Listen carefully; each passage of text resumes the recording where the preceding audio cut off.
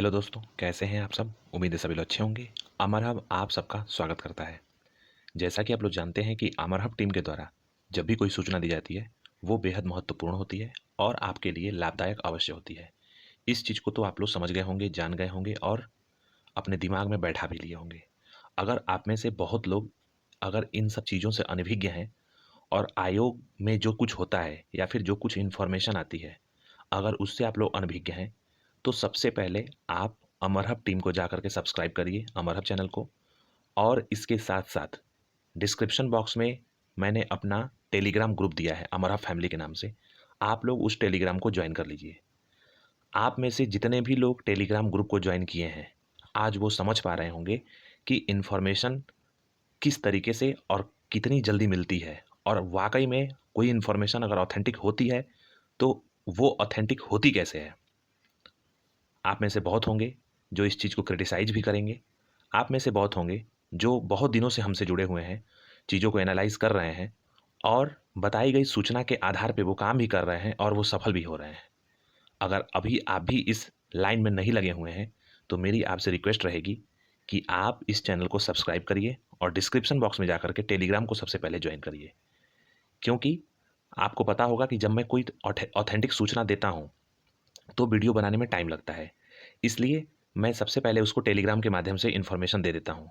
और आपने देखा होगा पिछले 3-4 दिनों से मेरा कोई वीडियो नहीं आ रहा था यूट्यूब पे, क्योंकि मेरा मकसद व्यूज बटोरना नहीं होता है। मैंने आपको एग्जैक्ट कट ऑफ बताई, चाहे वो बंदरवा की कट ऑफ हो, चाहे आपका असिस्टेंट बोरिंग टेक्नीशियन का कट ऑफ हो, या फिर इन दोनों के रिजल्ट डेट से संबंधित कोई सूचना हो। मैंने जो बताया वो एग्जैक्ट बताया। इतना भी मेरे इन्फॉर्मेशन में पॉइंट दशमलव दशमलव पॉइंट यानी पॉइंट के बाद से जो 2 अंक आता है वो भी चेंज नहीं हुआ। तो इस चीज़ को आप लोग थोड़ा-सा गहनता से समझिए और सोचिए। अगर आपको इसकी ऑथेंटिसिटी को जाँच करनी है, तो आप लोग टेलीग्राम पे जाकर के समय और डेट को चेक कर लीजिए कि मैं किस समय और किस डेट को वो ये इन्फॉर्मेशन दे दिया था आपको, जो कि एग्ज़ैक्ट हो गई थी। और आप लोग जाइए और जाकर के टेलीग्राम पे चेक करिए। और मैंने पोस्ट के माध्यम से भी जूनियर असिस्टेंट के बारे में कुछ इन्फॉर्मेशन आप लोगों को दिया था। जैसे ही मैंने वो इन्फॉर्मेशन आप लोगों के तक पहुँचाया, चाहे वो टेलीग्राम के माध्यम से या फिर पोस्ट के माध्यम से, यूट्यूब पे एक बहार सी आ गई। और चाहे आप जानते हैं कि बहुत लोग ऐसे हैं जो बार-बार यूपी ट्रिपल एससी के बारे में वीडियो बनाते हैं और व्यूज़ बटोरते हैं। ठीक है, उनसे हमको कोई वो नहीं है, गिला-शिकवा नहीं है। इन्फॉर्मेशन को ज़ाहिर-सी बात है, अगर मैं कोई इन्फॉर्मेशन बता रहा हूँ तो वो लोग उसको स्प्रेड कर सकते हैं आप लोगों तक। मेरा मकसद केवल और केवल ये है कि आप तक उचित इन्फॉर्मेशन पहुँचे। आप लोग किसी के बहकावे में ना आएँ और आप लोग अपना काम करें आगे। क्योंकि मैं जानता हूँ, मैं भी एक स्टूडेंट रहा हूँ और अभी हूँ भी। आप लोग भी एक स्टूडेंट हैं, परीक्षार्थी हैं और तैयारी कर रहे हैं। क्या-क्या चीज़ें, क्या-क्या कमियाँ आपके साथ चल रही होंगी, क्या आपके दिमाग में क्या चल रहा होगा, या क्या परिस्थिति आपकी होगी, या क्या आप सोच रहे होंगे, चाहे रात में सोते समय या दिन में सुबह उठ कर के, या किसी भी वक़्त आपके दिमाग में क्या चलता होगा, सब कुछ मैं हर एक चीज़ से मैं वाकिफ़ हूँ। इसलिए मेरा मकसद ये नहीं है कि आप व्यूज़ यहाँ पे आकर के मेरा लाइक करें, शेयर करें, सब्सक्राइब करें और व्यूज़ करें मेरे वीडियो को, कोई मतलब नहीं है इसका। आप लोग को, अगर आप लोग को लगता है कि साइंटिफिकली प्रूवन है ये चैनल, तभी आप इसको ज्वाइन करिए, अदरवाइज़ कोई ज़रूरत नहीं है अपना टाइम बर्बाद करने का। क्योंकि आप स्टूडेंट हैं और मैं भी एक स्टूडेंट हूँ और स्टूडेंट अभी हूँ भी और रहा भी हूँ पिछले दिनों भी। लेकिन मेरा मकसद यही है कि आप तक इन्फॉर्मेशन पहुँचे। अब आप लोगों को बहुत ऐसा होगा कि इन्फॉर्मेशन दीजिए, आगे बढ़िए, तो मैं बता दूँ आप लोगों को कि कुछ चीज़ें बताना बहुत ज़रूरी है, क्योंकि यहाँ पे गलतफ़हमी के शिकार बहुत लोग हो रहे हैं। तो मैं आप लोगों से फिर से रिक्वेस्ट करना चाहता हूँ, जो मैं सूचना यहाँ से दूँगा, पिछले दिनों जो भी मैंने सूचना दिया या फिर आगे जो कुछ भी मैं सूचना दूँगा, वो वैसे ही एग्ज़ैक्ट होगा। अगर उसमें कोई बदलाव आता है और आयोग तत्काल यानी कि 1 घंटे या आधे घंटे में कोई चेंजिंग कर सकती है, उसको हम लोग नहीं रोक सकते और ना ही उस पे कोई हम लोग अपना कोई डिसीज़न दे सकते हैं या फिर ना ही कोई इन्फॉर्मेशन दे सकते हैं। लेकिन अगर वो निर्णयाधीन है आयोग में जो भी जानकारी हो और वो आप तक पहुँचने लायक हो, वो सूचनाएँ आप तक समय से पहुँच जाएगी, इसकी मेरी ज़िम्मेदारी है। लेकिन उसके पहले-पहले आप लोगों को विश्वास जताना पड़ेगा और विश्वास करना पड़ेगा इस चैनल पे। तो आप लोग चीज़ों को समझ भी रहे होंगे और सोच भी रहे होंगे। तो मैं इसलिए बताना चाहता हूँ कि यहाँ पे जो भी इन्फॉर्मेशन दी जाएगी वो ऑथेंटिक दी जाएगी। चलिए, चलते हैं आज इस महत्वपूर्ण सूचना पे। तो मैं सूचना देने जा रहा हूँ आप लोगों को। आप लोग इस चीज़ को सोचिएगा, समझिएगा। और आप लोगों को कोई भी अगर समस्या लगेगी तो आप लोग कमेंट के माध्यम से पूछ लीजिएगा। मैं सबका कमेंट तो पढ़ लेता हूँ, लेकिन सबका जवाब नहीं दे पाता, क्योंकि यहाँ पे 100, 150, 200, 300, 400 कमेंट आते हैं। तो आप लोग समझ सकते हैं कि सारे कमेंट का जवाब नहीं दे पाता हूँ। लेकिन पढ़ लेता हूँ मैं उसको और समझ भी लेता हूँ। और हमारे कुछ मेंबर हैं जानने वाले, उनसे इस चीज़ का शेयर करके और वो इन्फॉर्मेशन आप लोगों के लिए कलेक्ट करी जाती है समय-समय पे। तो चलिए चलते हैं आज इस महत्वपूर्ण सूचना पे। तो उम्मीद करता हूँ कि आप लोग चीज़ों को समझे होंगे जो मैंने आपको बताया है कि आपको करना क्या है लाइफ में आगे। आप लोग को ये चैनल सब्सक्राइब कर लेना है, डिस्क्रिप्शन में जाकर के टेलीग्राम चैनल को भी सब्सक्राइब कर लेना है और ज्वाइन कर लेना है, और आप लोगों को ऑथेंटिक चीज़ों के साथ जुड़ करके अपनी रणनीति को आगे करना है, बढ़ाना है।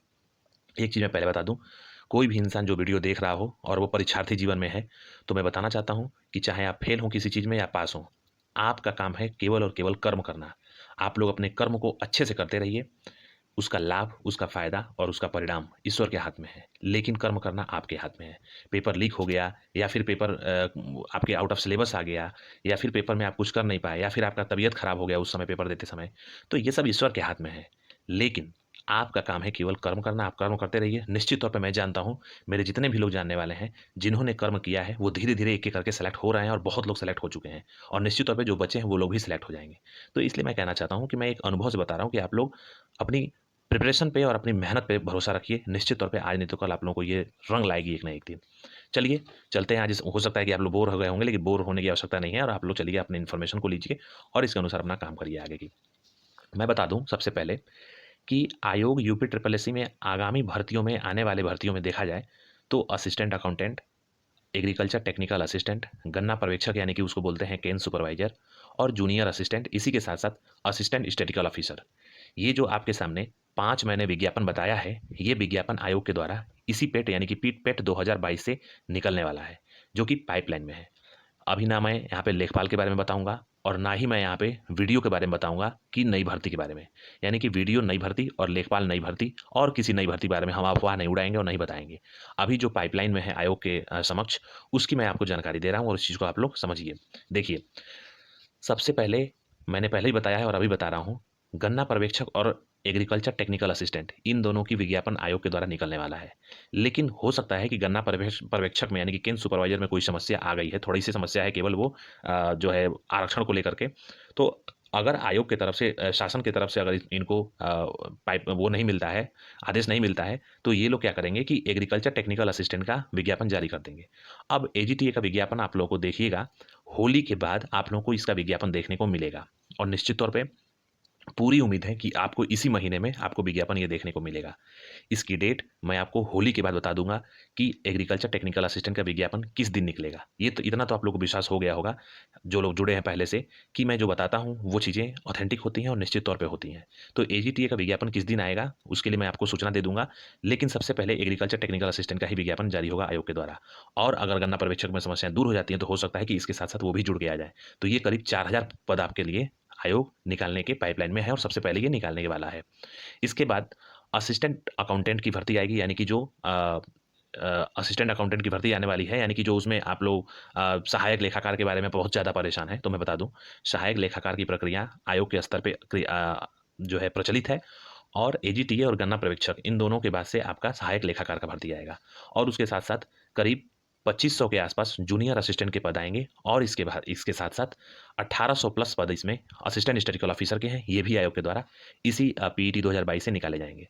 अब मैं बताना चाहता हूँ कि आपके विज्ञापन तो आएंगे, ये निश्चित है, और हो सकता है कि जो आपका सिलेबस हो, चाहे असिस्टेंट अकाउंटेंट का सिलेबस हो, या फिर एजीटीए का सिलेबस हो, या फिर जूनियर असिस्टेंट का सिलेबस हो, इसमें आप लोगों को वेरिएशन यानी कि इसमें आप लोगों को बदलाव देखने को मिल सकता है।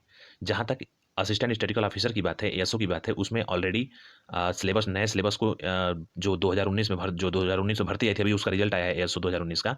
इसमें सिलेबस, नया सिलेबस इंट्रोड्यूस कर चुका, आयोग कर चुका है।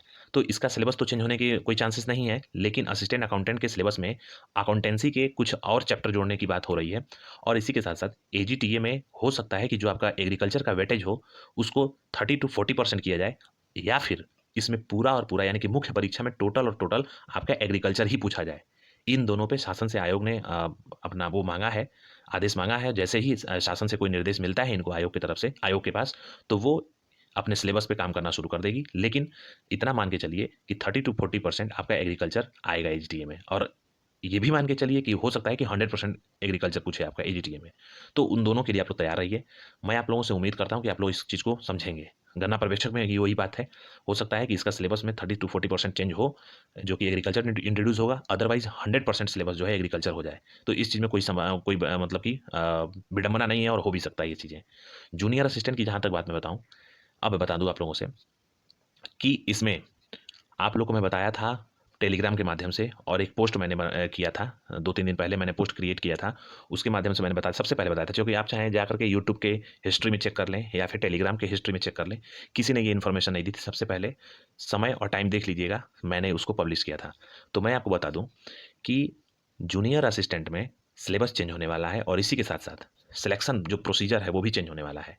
सिलेक्शन प्रोसीजर में जो एकेडमिक पहले जुड़ता था, हाई स्कूल तो नहीं जुड़ता था, उसमें इंटरमीडिएट और ग्रेजुएशन के मार्क्स जुड़ते थे, और इसी के साथ साथ आपका अगर कोई स्पोर्ट्स से है, स्पोर्ट पर्सन है, तो उसके मार्क्स जुड़ते थे।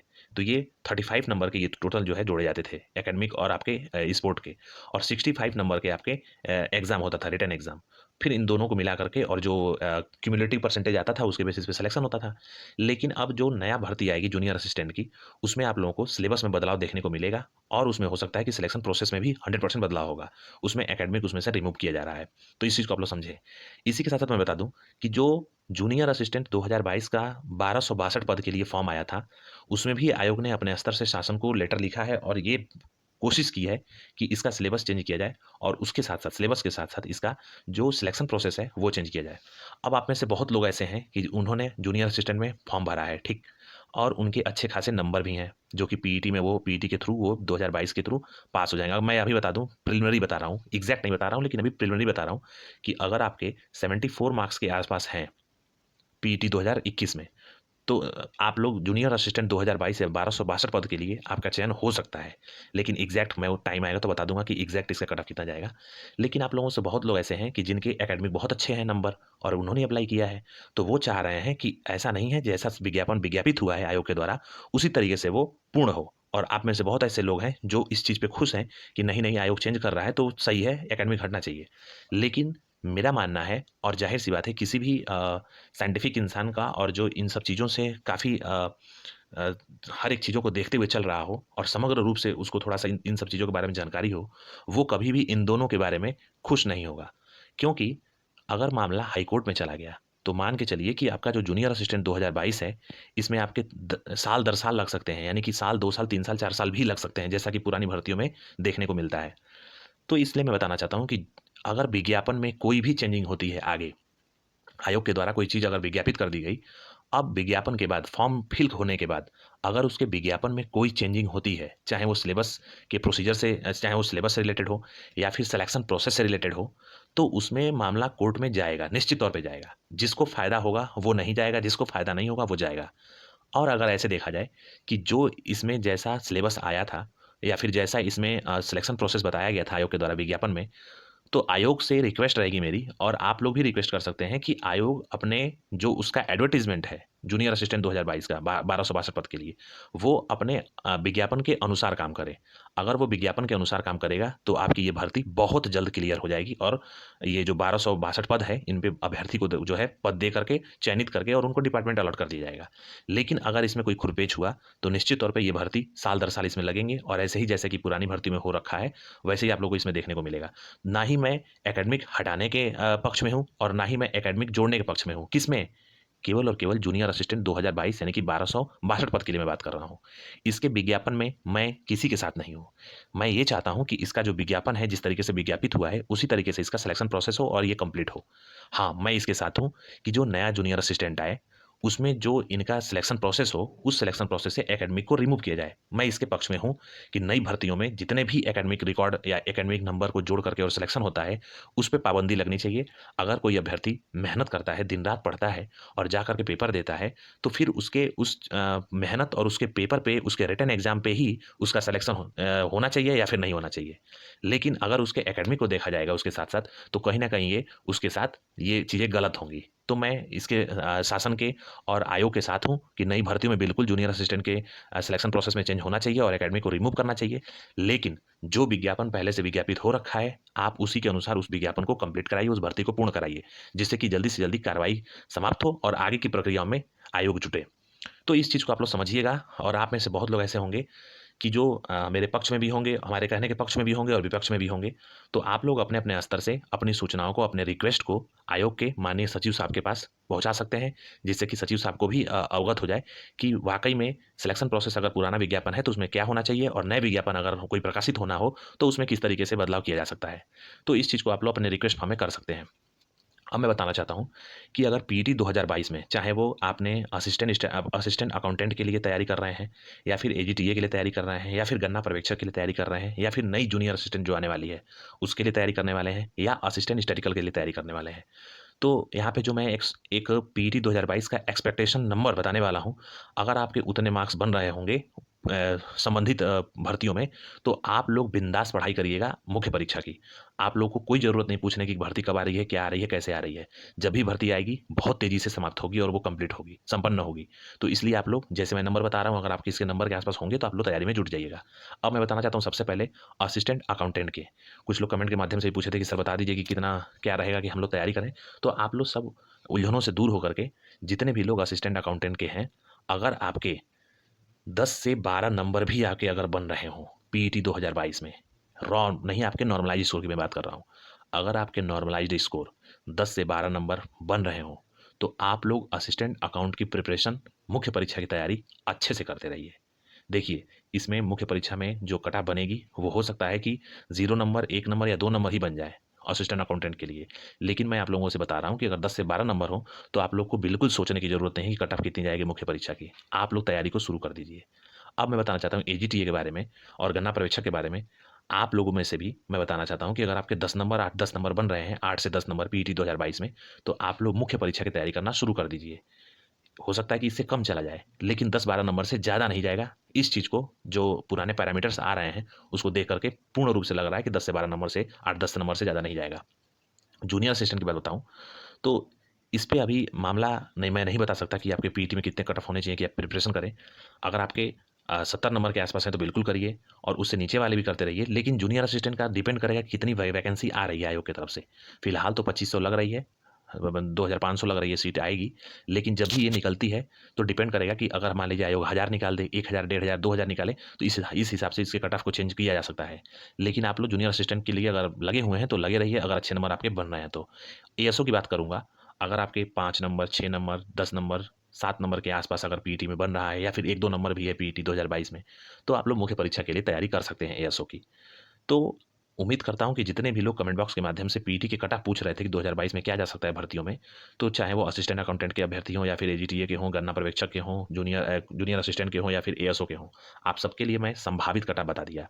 इससे ऊपर नहीं जाएगा, और इससे नीचे हो सकता है, 0 नंबर भी हो सकता है, 1-2 नंबर भी हो सकता है, क्योंकि आप लोगों ने एएनएम में भी देखा है और यहाँ पे वन दरोगा में भी देख लिया। वन दरोगा में देख लीजिए आप लोग, जब जाना हुआ कट ऑफ तो 75.69 चली गई, और एएनएम में नहीं जाना हुआ कट ऑफ तो 1 नंबर पर, 0 नंबर पर भी सिलेक्शन हो गया, सबको कॉल कर दिया गया। तो इस चीज़ को आप लोग सोच समझ के चल सकते हैं। अब मैं बताना चाहता हूँ कि जितने भी लोग असिस्टेंट स्टैटिकल ऑफिसर के हैं, उनकी डॉक्यूमेंट वेरिफिकेशन की जो प्रोसेस है, वो अप्रैल में निश्चित रूप से शुरू होगी। तो आप लोग उसके लिए तैयार रहिए, और आपकी कट ऑफ मैं बता दूंगा एग्जैक्ट क्या रहेगी जब आपका डॉक्यूमेंट वेरिफिकेशन शुरू हो जाएगा। तो बोरिंग टेक्नीशियन की जो डॉक्यूमेंट वेरिफिकेशन की प्रोसेस है, वो कहीं न कहीं मई में शुरू होगी। या तो अप्रैल के लास्ट वीक से, यानी कि जैसे ही एएसओ का डॉक्यूमेंट वेरिफिकेशन समाप्त होगा, उसके जस्ट 2 से 3 दिन के अंदर-अंदर ही शुरू हो जाएगा आपका बोरिंग टेक्नीशियन का भी आपका डॉक्यूमेंट वेरिफिकेशन। तो बोरिंग टेक्नीशियन का और एएसओ का जो डॉक्यूमेंट वेरिफिकेशन है, वो पैरेलल, मतलब जैसे कि आज खत्म हुआ एएसओ का डॉक्यूमेंट वेरिफिकेशन, उसके 2 से 3 दिन बाद आपका बोरिंग टेक्नीशियन का शुरू हो जाएगा। तो हो सकता है कि 15 मई के पहले-पहले आपका बोरिंग टेक्नीशियन का भी डॉक्यूमेंट वेरिफिकेशन आयोग के द्वारा कंप्लीट करा लिया जाए। तो इसके लिए आप लोग अपने डॉक्यूमेंट वगैरह को, जो भी आपका एफिडेविट वगैरह बनवाना है, और किस तरीके से, देखिए किस तरीके से आपको डॉक्यूमेंट तैयार करना है, कैसे एफिडेविट बनवाना है, किन-किन बातों पे एफिडेविट लग सकता है, या क्या-क्या मुद्दों पे आप सही तरीके से अपना काम कर सकते हैं, मैं सारी चीज़ों के लिए एक डॉक्यूमेंट वेरिफिकेशन से रिलेटेड एक अलग से वीडियो बना दूँगा। तब तक के लिए आप लोग इसके लिए अपने डॉक्यूमेंट, जो भी प्रिलिमिनरी डिग्री है, प्रोविजनल डिग्री वगैरह है, उसको आप लोग कलेक्ट कर लीजिए। मुख्य सेविका की जो परीक्षा है, मुख्य परीक्षा, ये अप्रैल के लास्ट वीक में संभावित है। आप लोग जितने भी मुख्य परीक्षा के, मुख्य सेविका के अभ्यर्थी हैं, वो लोग तैयार रहें लास्ट के लिए, यानी कि अप्रैल के लास्ट में आपका परीक्षा हो सकता है। और जहाँ तक पीईटी की बात रही, तो मैं वही बोलूँगा कि अगर आपके 6 नंबर, 7 नंबर, 10 नंबर, 8 नंबर हैं, तो आप लोग मुख्य परीक्षा की तैयारी करते रहिए। मैं बहुत पहले से बोल रहा हूँ, और हो सकता है कि इससे नीचे भी चला जाए। आईटीआई अनुदेशक का डॉक्यूमेंट आपका सबमिट कंप्लीट हो ही गया है। आप लोग का डॉक्यूमेंट, अब उसमें क्या करेगी आयोग, उसमें स्क्रूटनी करेगी, और स्क्रूटनी करने के बाद से आपके लिए मुख्य परीक्षा के लिए सेलेक्ट किया जाएगा कैंडिडेट्स को। तो हो सकता है कि सबको कॉल किया जाए मुख्य परीक्षा के लिए। तो आप में से जितने भी अभ्यर्थी हैं, वो लोग थोड़ा सा इंतजार करना पड़ेगा आईटीआई अनुदेशक के लिए, क्योंकि अभी आपका शॉर्ट लिस्टिंग होगी। अभी आपका इस सबसे पहले डॉक्यूमेंट का स्क्रूटनी होगा, उसके बाद से शॉर्ट लिस्टिंग होगी, फिर उसके बाद से इसका प्रोसेस आगे बढ़ेगा। तो हो सकता है कि 2 महीने के आसपास अभी इसमें आईटीआई अनुदेशक में लगने की उम्मीद है। इसी के साथ-साथ बताना चाहता हूँ कि जो सीधी भर्तियों से रिलेटेड अभ्यर्थी हैं 18/5/2016 या 16/4/2016 या 2015 उनके लिए मैं सूचना अगली वीडियो में लेकर के आऊँगा। और इसी के साथ-साथ जो अभी आपका मंडी परिषद है उसका भी रिजल्ट आने वाला है, लेखपाल का भी रिजल्ट आने वाला है, वीडियो का री एग्ज़ाम भी होने वाला है। तो इन सब चीज़ों के लिए मैं सूचना अलग से लेकर के आऊँगा, लेकिन फ़िलहाल ये जो सूचना थी मैं आप तक पहुँचा दिया। और अगली वीडियो के लिए या फिर अगली सूचनाओं के लिए आप लोग इंतज़ार कर सकते हैं और अपनी पढ़ाई को अच्छे से करते रहिए। उम्मीद करता हूँ कि चीज़ें समझ में आई होंगी और ये भी उम्मीद करता हूँ कि आप लोग को ऑथेंटिक चीज़ों को जानने के लिए इस चैनल से जुड़ेंगे। इन्हीं अच्छी बातों के साथ मैं वीडियो को वाइंड अप करना चाहता हूँ दोस्तों। जय हिंद।